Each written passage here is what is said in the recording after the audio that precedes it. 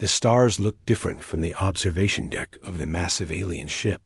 Sofia Martinez stood with her hands clasped behind her back, watching as Earth grew smaller in the distance. As the captain of humanity's first diplomatic team to meet the Galactic Council, she felt the weight of responsibility on her shoulders.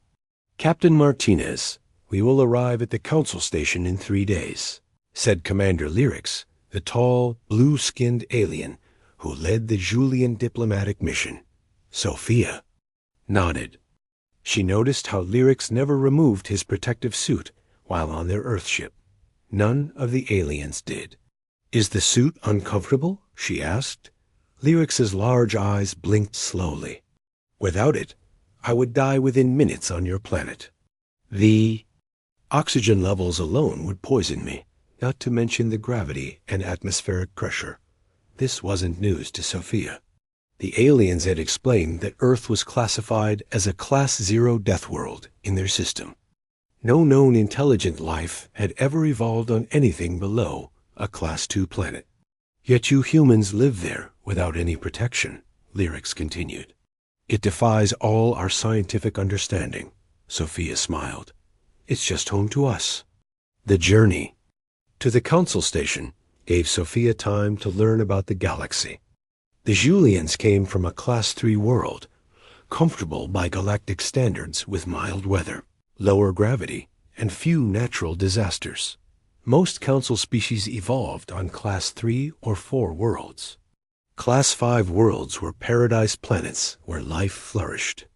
With almost no challenges, Earth, with its powerful gravity, extreme temperatures, natural disasters, dangerous animals, and disease-causing microbes, was off the charts. The wrong end of the charts.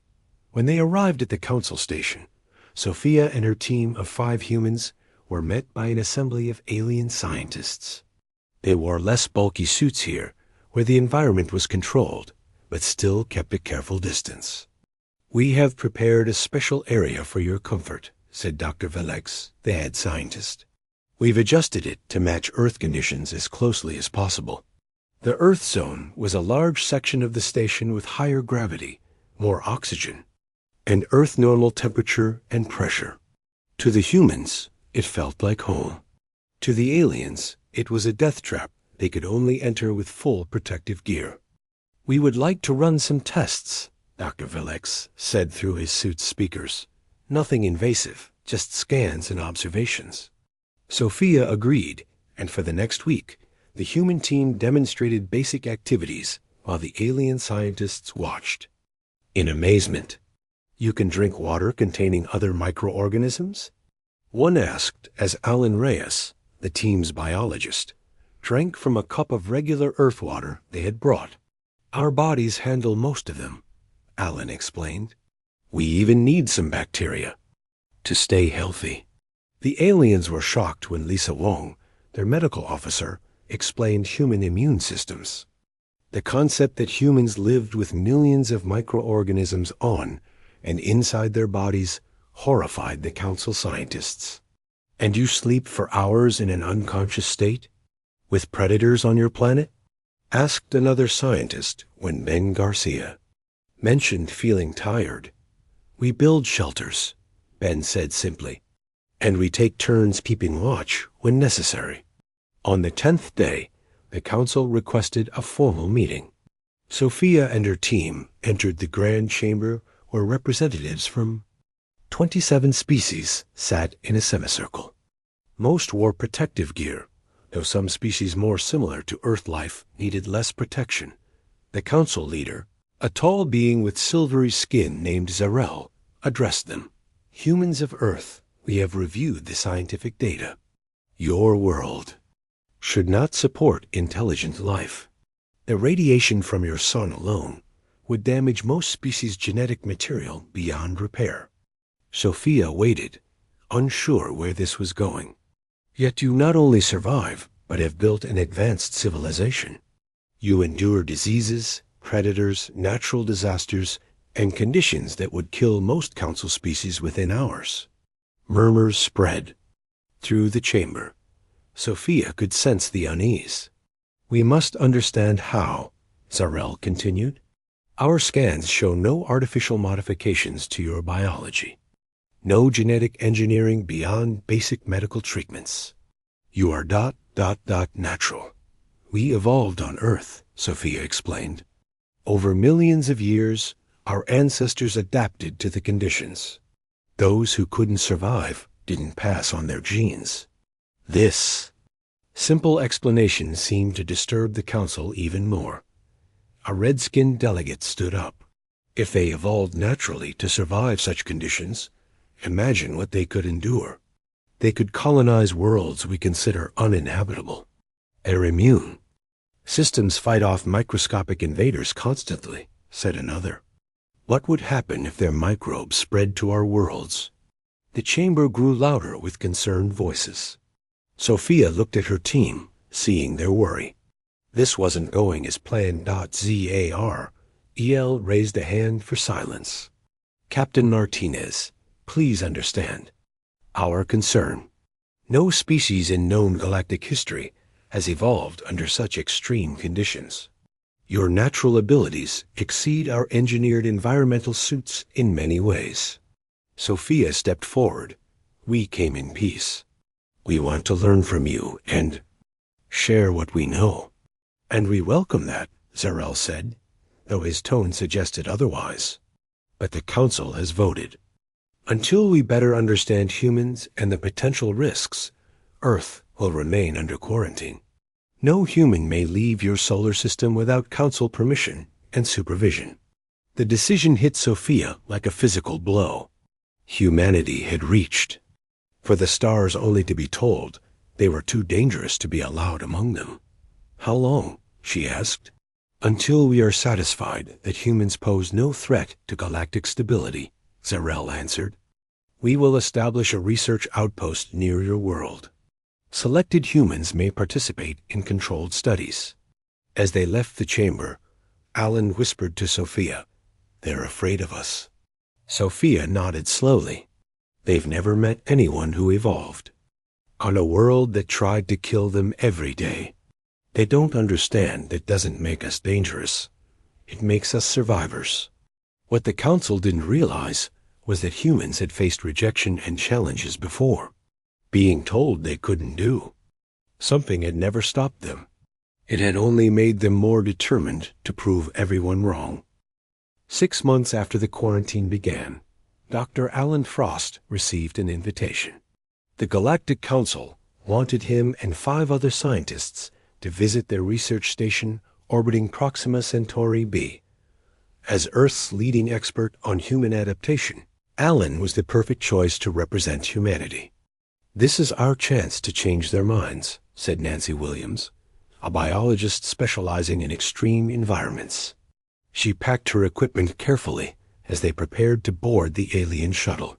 Or they just want to study us like lab rats, muttered Frank Hudson, the team's physicist. Despite his complaints, Frank was excited. No human had traveled to another star system before. The other team members included Maria Diaz, an expert in human physiology, Peter Kim, a geneticist, and Olivia Reyes, a cultural anthropologist. They were chosen not just for their knowledge, but for their experience working in Earth's harshest environments. The journey took 3 weeks in the Julian ship. When they arrived, the humans gazed in wonder at the massive research station. It looked like a giant metal flower floating in space, with the red dwarf star Proxima Centauri glowing in the background. Dr. Tharix, the council's chief xenobiologist, met them at the docking bay. Like all Julians, he wore a protective suit when interacting with humans. Welcome to Station Harmony, he said through his translator. We have prepared special quarters for you with Earth normal conditions. The human quarters were comfortable, but clearly designed to keep them separate from the rest of the station. Alan noticed the thick walls and special air filters. They're still afraid of us, Maria whispered. The next day, Dr. Tharix explained the purpose of their visit. We have created simulation chambers that replicate conditions on various planets. We want to observe how humans respond to different environments. You want to see our limits, Alan said. It wasn't a question. Tharix's large eyes blinked slowly. Yes, we need to understand what humans can and cannot tolerate. The first test placed them in a Class 3 environment, similar to the Julian homeworld. The gravity was 70% of Earth's. The air had less oxygen and no pollutants or microbes. The temperature was a constant, comfortable 72 degrees. How do you feel? Asked Tharix, watching from behind a window. Like I'm floating, Nancy said, jumping higher than she could on Earth. And the air feels ... empty. Clean, but empty. I could get used to this, Frank added, doing a backflip just because he could. The aliens seemed surprised by how quickly the humans adapted. They had expected discomfort or confusion. Instead, the humans treated it like a fun experience. The next day, they tried a Class 2 environment. Stronger gravity, though still less than Earth's. More temperature variation. Some harmless microbes. In the air. This reminds me of spring in Minnesota, Nancy commented. Pleasant. Dr. Tharix made notes on his datapad. The humans were comfortable in conditions that would stress most galactic species. On the third day, they created a Class 1 environment. The gravity was almost Earth normal. The temperature fluctuated between 50 and 90 degrees. The air contained various particles and harmless bacteria. Now this feels like home, Maria said, breathing deeply. You find this comfortable? Tharix asked, sounding genuinely surprised. Of course, Alan replied. This is much milder than many places on Earth. The aliens discussed among themselves in their own language. Alan could tell they were confused by the results. For the fourth test, Dr. Tharix announced they would try something different. We will expose you to various challenges that most species would find dangerous. You may decline any test that makes you uncomfortable. The humans agreed. The first challenge was a meal containing foods with mild toxins, compounds that would make most aliens sick. These molecules would poison most council species, Tharix explained.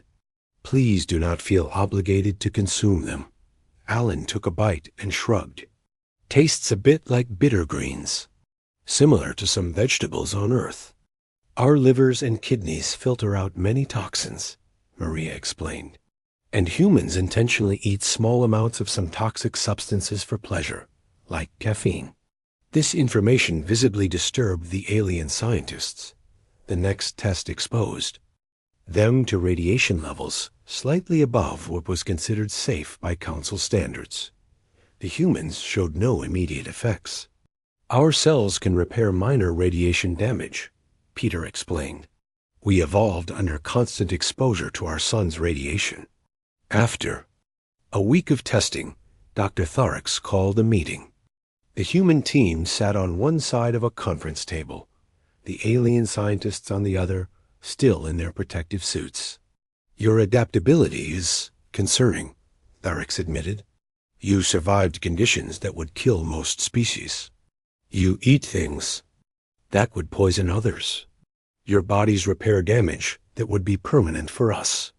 That doesn't make us dangerous, Olivia argued. It just means we evolved in a challenging environment. But that is precisely what worries the Council, Tharix replied. Your species became stronger because of hardship. Most galactic species evolved to avoid hardship through technology or by living on gentler worlds. Alan leaned forward. So, what does this mean for the quarantine? Tharix's large eyes looked troubled. I must report to the Council. They will decide. That night, as the human team discussed the situation in their quarters, Alan stared out the viewport at the stars. They're scared of us, Frank said, joining him. Not because we're violent, but because we're tough. Alan nodded. They evolved in comfort. We evolved in adversity. They don't understand that surviving hardship taught humans compassion, not cruelty. So what do we do now? Nancy asked. We keep showing them who we really are, Alan replied. Not just what we can survive, but why we survive. Humans don't just endure. We help others endure too. What the humans didn't know was that elsewhere in the galaxy, news of the Deathworlders was spreading. Some species feared them. Others were curious. And a few saw the humans as a threat that needed to be eliminated before they could spread among the stars. 3 years passed since first contact. Earth remained under quarantine, though the rules had relaxed somewhat. A small number of humans worked on Council research stations, and a few alien scientists visited Earth under strict safety protocols. Information about the Deathworlders spread throughout the galaxy. Lieutenant Olivia Reyes sat in the cockpit of her scout ship, the Intrepid. At 28 years old, she was one of the first pilots selected for the newly formed Earth Defense Force. Today she patrolled the asteroid belt, more out of boredom than necessity. No one had threatened Earth since the quarantine began. Olivia grew up in the harsh deserts of Arizona. She learned to survive with little water, to read weather patterns, and to respect the dangerous beauty of her home. These skills made her perfect for space duty. Base, this is Intrepid. Sector 7 clear. Moving to Sector 8, she reported. Copy that, Intrepid. Nothing exciting today, came the reply from Sam Porter, her flight controller back on the moon base. Olivia smiled. I like boring. Boring means safe. She guided her ship through the drifting rocks, enjoying the silence of space. Then her scanner beeped. Something had moved behind a large asteroid ahead. That's odd, she muttered, adjusting her sensors. The object was about the size of her ship, but gave off strange energy readings. It wasn't human technology. Base, I'm picking up an unidentified object in Sector 8. Moving to investigate. Be careful, Intrepid. Maintain safe distance. Olivia maneuvered around the asteroid and spotted the alien vessel. It was sleek and silver, clearly designed for stealth. It didn't match any Council ships she had seen. Base. I've got visual on an unknown ship. Design doesn't match Council records. Before Sam could reply, the alien ship fired a bright pulse of energy. Not at her, but toward Earth. The pulse disappeared quickly, too fast for her to track. Base. Unknown vessel just launched some kind of energy weapon toward Earth. Alarms blared at bases across the solar system. The Earth Defense Force went on high alert, but nothing happened. No explosion, no attack, nothing visible at all. Then the reports started coming in. Seismic monitors around the world showed small tremors, all starting at the same moment. Not dangerous yet, but growing stronger. On the moon base, scientists analyzed the data. It's some kind of gravitic weapon, Dr. Jack Wilson explained to the Emergency Council. It's designed to destabilize Earth's already active tectonic plates. In theory, it could trigger massive earthquakes and volcanic eruptions. Can we stop it? Asked General Laura Hayes. We don't know how, Jack admitted. We've never seen technology like this. Meanwhile, Olivia tracked the alien ship as it tried to flee the solar system. Base, target is heading for the outer system. Request permission to pursue. Permission granted. But Olivia, be careful. Don't engage unless absolutely necessary. Olivia pushed her engines to maximum. The Intrepid wasn't. Built for combat, but it was fast and maneuverable. Years of flying in Earth's strong gravity had made human pilots especially good at handling high G-turns. She caught up to the alien ship near Jupiter. Close enough to see it clearly now, she noticed symbols on its hull that matched nothing in. Council records. Unidentified vessel. This is Lieutenant Olivia Reyes of the Earth Defense Force. Stop your engines and prepare to be boarded. The alien ship responded by firing its weapons. Energy beams sliced through space where Olivia had been a second earlier. Her desert-honed reflexes had saved her life. So that's how it's going to be, she muttered, looping around and staying on the alien's tail. The chase continued toward Saturn. The alien ship was fast, but its pilots weren't used to the solar system's gravity wells. Olivia used Jupiter's massive pull to slingshot herself forward, gaining ground. Base had identified the ship. Its Draxid design, she reported after. Checking the updated database. The Draxids were a species from a Class 4 world, soft, comfortable, with minimal gravity and no natural disasters. They relied heavily on technology rather than physical adaptation. Olivia, intelligence says the Draxids believe humans are too dangerous to exist. Their weapon is trying to make Earth uninhabitable. Olivia's jaw tightened. Not if I have anything to say about it. Back on Earth, the tremors continued, but something unexpected happened. The planet's normal geological activity seemed to be neutralizing the weapon's effects. Earth's complex, chaotic systems, the very things that made it. A Deathworld were working against the attack. It's like the planet itself is fighting back, Jack told the general. The weapon would work on a stable world, but Earth's systems are too wild and unpredictable. In space, the Draxid ship pushed its engines harder, trying to reach the heliopause, where it could engage its faster-than-light drive. But the high acceleration was taking a toll on the ship's structure. Olivia noticed the strain on her sensors. In this gravity? With those engines? She transmitted to them. You should have done your homework. The Draxid's engines, designed for the gentle pull of their homeworld, couldn't handle the stress. As Olivia watched, the alien ship began to break apart, its hull tearing at the seams. Base, the target is self-destructing. I think their engines failed under the acceleration. Within minutes, the Draxid ship was nothing but scattered debris.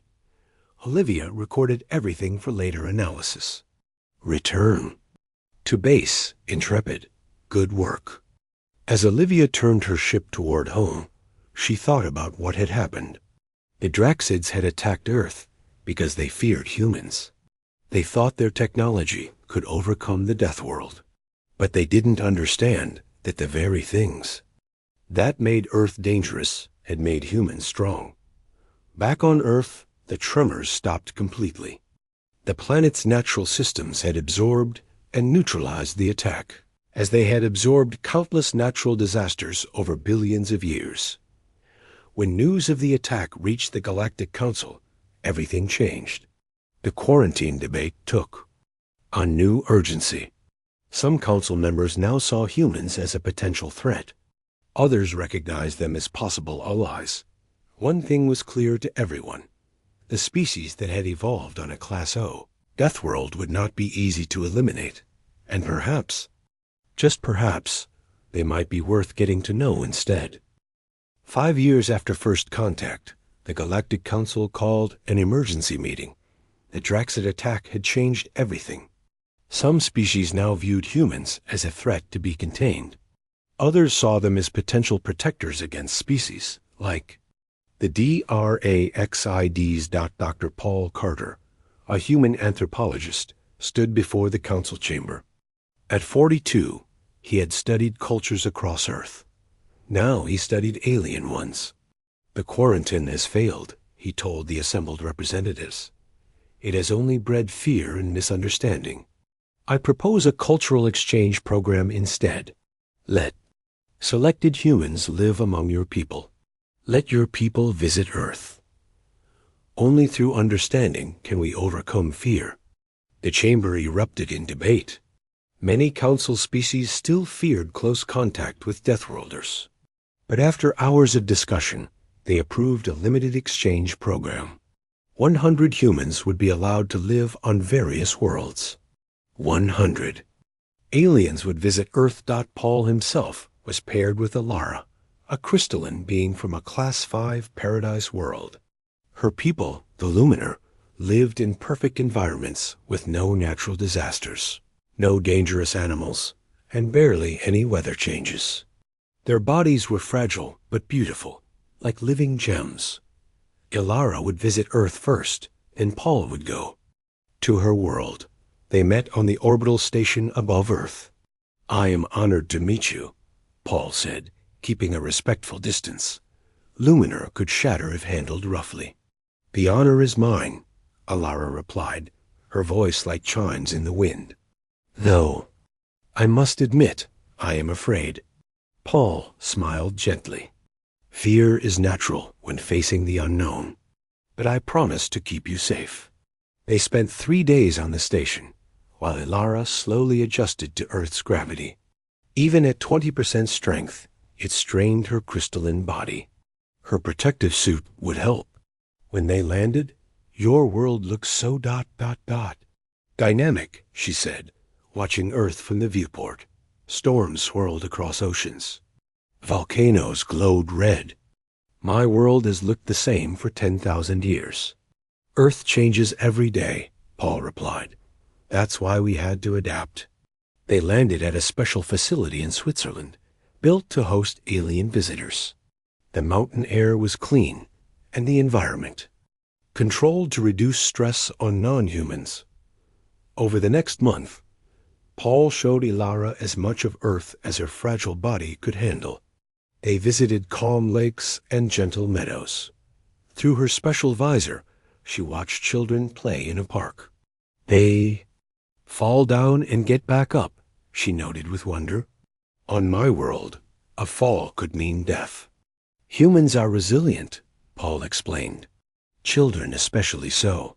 They learn by trying, failing, and trying again." Alara recorded everything, sharing her observations with her people. Many Luminar watched with fascination as she experienced rain. For the first time, the droplets bouncing off her protective suit. "It's beautiful," she whispered. "Dangerous to me, but beautiful." 2 months into their exchange, disaster struck. While visiting a research station, a power failure caused a cascade of system shutdowns. Part of the station lost pressure, exposing the section to near vacuum. Paul and Alara were in the affected area. Without thinking, Paul grabbed Alara and moved toward the emergency shelter. His body automatically adjusted, blood vessels constricting, lungs burning, skin freezing, but he kept moving. 15 seconds of exposure. The human limit was about 30.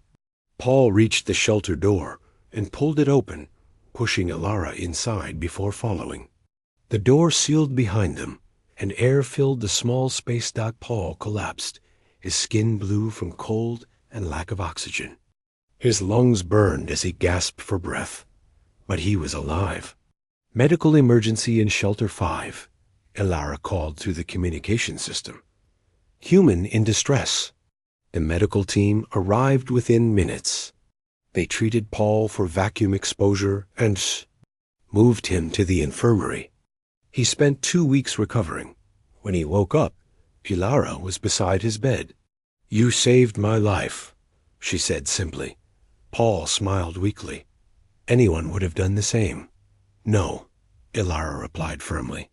"Most species would have saved themselves. My people would have shattered in panic. You knew the vacuum would hurt you, yet you helped me first." News of the incident spread quickly across the galaxy. The video from the station showed a human sacrificing his safety for an alien. It contradicted the image many had of dangerous Deathworlders. When Paul recovered, the council invited him to speak again. "How did you know you could survive vacuum exposure?" asked a Julian representative. "I didn't," Paul admitted. "But on Earth, we have a saying, where there's life, there's hope. We don't give up until the very end." The council chambers were silent. Then Alara stepped forward. "I have spent 3 months on the Deathworld called Earth," she said, her crystalline form glittering under the lights. "I have seen its storms and felt its gravity. I have watched its people face dangers every day that would kill my kind instantly. But I have also seen them help each other. I have seen them protect those weaker than themselves." She turned to face the entire council. "The humans are not dangerous because they are strong. They are valuable because they use that strength to protect others. My people cannot survive on most worlds. But with humans as our friends, we could visit places we never imagined. One by one, other exchange participants shared similar stories. A Julian scientist described how her human partner carried her through a forest fire when her suit malfunctioned. A McClary trader told how his human guide pulled him from a rip current that would have drowned them both. As Paul listened, he realized something important was happening. The galaxy was beginning to see humans not as threats, but as protectors. The very adaptations that made them scary, their strength, resilience, and ability to survive, were the same qualities that made them excellent guardians. The Council voted that day to end the quarantine fully. Humans would be allowed to travel throughout Council space with certain sensible restrictions. "We do not fear the strong who protect the weak," the Council leader announced. "We welcome them." As Paul left the chamber, Elara walked beside him. "Are all humans like you?" she asked. Paul smiled. "We try to be. When you live on a world that tries to kill you every day, you learn to value life, all life, very highly." 10 years had passed since humans first met the Galactic Council. In that decade, everything had changed. Humans were now valued members of galactic society. Their unique abilities made them perfect for jobs too dangerous for other species. Captain Eric Daniels stood on the bridge of the Endurance, the most advanced ship in the Galactic Survey Corps. At 35, he had already explored more dangerous worlds than any other captain in the fleet. His crew was mostly human, with a few aliens in specialized roles. "Captain, we're approaching HD 209,458b, said his navigator, Maria Rodriguez. She had grown up in the high Andes Mountains, where the thin air had given her exceptional lung capacity. "All systems ready for descent," reported Kyle Johnson, the ship's engineer. Before joining the Survey Corps, Kyle had been a deep-sea biologist, comfortable with crushing pressures. Eric nodded. "Begin approach. Everyone to stations." HD 209,458b was a gas giant with storms that would tear apart most ships. The atmospheric pressure would crush standard vessels. The Endurance was different. Built to human specifications, it was heavier, stronger, and more durable than anything in the galactic fleet. Their mission: to explore the lower atmosphere of the gas giant, something no other species had accomplished. The Council believed the extreme conditions might hide valuable resources, or even new forms of life. Entering upper atmosphere, Maria announced. The ship began to shake as powerful winds hit them. "Wind speeds approaching 300 miles per hour, Kyle reported. "Reminds me of hurricane season back in Florida." Eric smiled. What seemed extreme to the rest of the galaxy was just another day for humans from Earth. Endurance descended deeper into the planet's atmosphere. Outside, massive storms swirled in beautiful patterns of red, orange, and gold. Lightning bolts, larger than continents, flashed in the distance. "Beginning sample collection," said Dr. Sarah Miller, the science officer. Mechanical arms extended. From the ship, gathering atmospheric gases and tiny particles. The ship continued its descent. The pressure outside increased dramatically, and the temperature rose. Warning lights flashed on several panels, but the ship held together. "We're deeper than any previous expedition," Maria said with pride. "No other ship has gone this far." Suddenly, their sensors detected something unusual. A strange energy pattern appeared on their screens. "What is that?" Eric asked. Leaning forward, Sarah studied her instruments. "Some kind of energy production. It's coming from the interaction between the planet's magnetic field and the metallic storms." They descended further to investigate. The ship groaned under the immense pressure, but its human-designed hull held firm. "Captain, I'm detecting new elements," Sarah reported excitedly. "At least 16 compounds we've never seen before. And this energy pattern, it's like nothing in our database." Eric made a decision. We'll hold at this level and conduct a full survey. This could be the discovery of the century. For the next 12 hours, the Endurance's crew worked tirelessly. They collected samples, recorded data, and mapped energy patterns. Despite the dangerous conditions, they functioned perfectly. The humans barely noticed the high gravity and pressure, while their alien crew members worked safely in special chambers adjusted to their needs. "The Council is going to be amazed," Kyle said as they prepared to ascend. This planet was considered too dangerous to explore before humans joined the course. "That's what we do," Maria replied. "We go places others can't." The Endurance began its journey back to the surface, carrying treasures of knowledge. The new elements they discovered could revolutionize energy production across the galaxy. The strange energy pattern might lead to new forms of faster-than-light travel. When they returned to Council space, the scientific community was stunned by their findings. The mission was declared an unprecedented success. Captain Daniels and his crew received the highest honors the Council could bestow at the ceremony. Admiral Sofia Martinez, once captain of the first human delegation, addressed the Council. 10 years older and much wiser, she now commanded Earth's interstellar fleet. "When we first met, you called Earth a Class 0 Deathworld," she told the assembled representatives. "You believed nothing good could come from such a harsh planet.